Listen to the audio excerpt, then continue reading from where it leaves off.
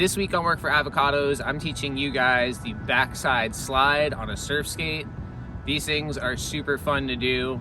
They're actually easier to perform than the front side version because we have gravity on our side. A couple things that you want to know beforehand when trying this. You want to be comfortable riding a moderate speed on your board. From there, we're going to practice doing toe side turns.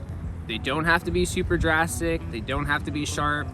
Just practice doing these long arches, and then from there, practice just tightening them up a little bit. The more you tighten them up, the more you're gonna feel that there's weight lifted off of those back wheels. And as you keep doing it, just experiment with that back foot, put pressure down on it, and you wanna slide it behind you. So just do little check turns at first. You don't have to do the full drastic wraparound, 720, whatever. But what you can practice doing, just do these little scratches. Toe side. And then as you do it, you'll feel this back foot. It'll become more and more easy to slide.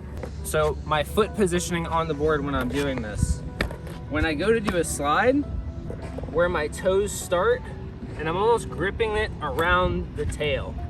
It kind of just helps with everything. You know, if I'm down here, then I don't have that extra leverage. If I'm up over it, I can really slide down on it. And then you build up from there.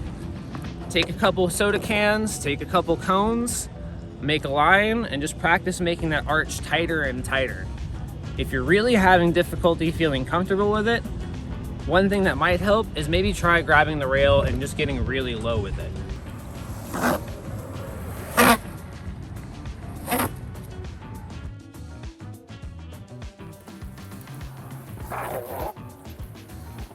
One thing you guys are going to notice once you start doing these on steeper surfaces is that a steeper surface actually makes things a lot easier. It is more intimidating because it's usually bigger and because it's steeper, of course.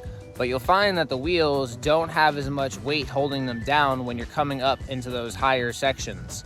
You know, this is the same reason that you don't see people doing inverts on 3-foot ramps.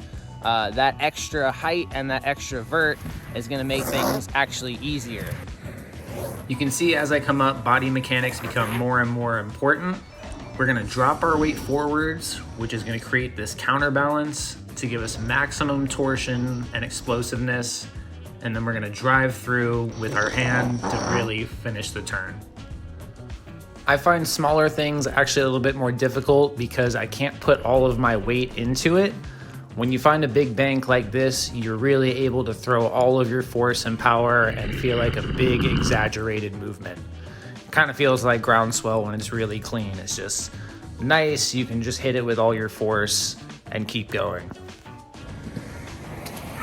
And finally, moving on to ramps, my best advice for you on this is you really want to target the top 1/3 of the ramp. That's where all of the vert is, and that's where you're going to have the easiest time making those wheels slide. Otherwise, you're going to get stuck in the flats. You want to start adding some variety, throw down a hand, and you can start doing slides. I know I'm going to have a bunch of people in the comments asking what my wheel setup is. And I'm gonna tell you guys, but also I don't want you to get super hung up on what kind of wheels that you're riding. Once you learn these techniques, you can really do them on any setup. It's just a matter of adjusting your force and the angle that you're approaching things at. That being said, the wheels that I'm riding in this video, we have the 70mm Surf Skate Love wheels.